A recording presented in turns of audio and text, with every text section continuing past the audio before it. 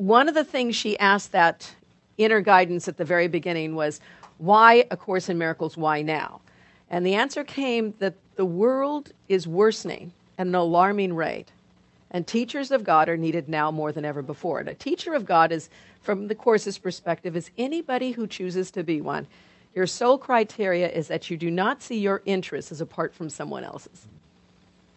And so teachers of God, meaning those who are willing to see their needs the same as another, you are a teacher of God. Just where what Paul was referring to, where it said, I was naked and you clothed me, I was hungry and you fed me. This is where we see ourselves the same. In A Course in Miracles, it says, whenever you meet anyone, remember it's a holy encounter.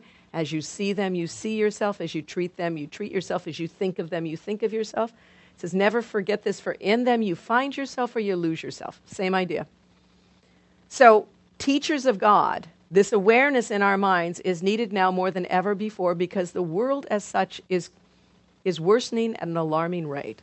And we need what is called, as it said, as she heard, a celestial speed up.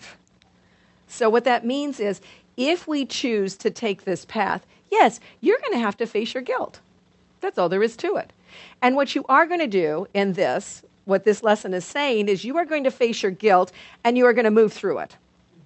You are going to move through it because you know what? That guilt that you finally face, that big bad boogeyman that you finally face, it's not real anyway. And when you take the hand of love, when you take the help of the Holy Spirit or Jesus or Christ, whatever you want to say, by your side, you move through this, what seems like a mountain, but is only a puff of dust or a puff of smoke. And you move through it as easily as you would. And there's so many beautiful lessons in the Course where Jesus is talking to us and said, if you think of me as holding your hand, if you're scared or worried, and he says, I assure you that is no idle thought, for I am holding your hand always. And so if we can remember that we are never alone. If you think you're alone, come on, be real. Your Father loves you. He knows how screwed up you are. So he's never going to leave you alone. No, I'm joking about that. But he knows, from the Course's perspective, and I love going back to the dream analogy. When our son Jeffrey was little, and he still has his nightmares, but I don't think he has nearly what he used to when he was little. Little kids things get into their minds, things get scary, and those things play in their little minds. Well, I remember he would kind of, in the middle of the night, and I'd get up and I'd go into his bedroom, and I'd see his little brow furrowed, and I didn't wake him up, because you're always told not to wake up somebody who's sleeping, but I would just stroke his forehead, or I'd touch his hand. And isn't it amazing, when you do that to someone who's sleeping, what do? Their forehead begins to unfurrow, and they begin to calm down, right? And you're saying, it's okay, you're all right, everything's okay. And they become much more peaceful. And then they go back to sleep, right? Much more peaceful. And the next morning I'd say to Jeffrey, what was your dream about? I don't know. I don't know what I was dreaming about. And I'll never know.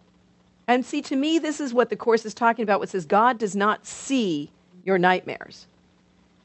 He only knows, as the Course would say, that you have fallen asleep to your reality. You do not know the reality of you. You do not know that that God has not condemned you, no more do you. You do not know your reality. And so he has given us the Holy Spirit that kind of and he too, is there to offer support, even though he may never know your problem, he knows you're not at peace. And so the answer to your nightmare has been given us, to all of us. The Holy Spirit, Jesus, love, whatever you want to call it, the Christ consciousness, it's entered into our dream. It doesn't share the dream, it shares the truth with us. So it comes in our mind not to embrace the darkness, but to bring the light.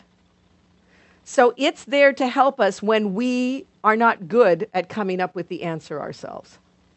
But we have to know it's there, or we can't call on it.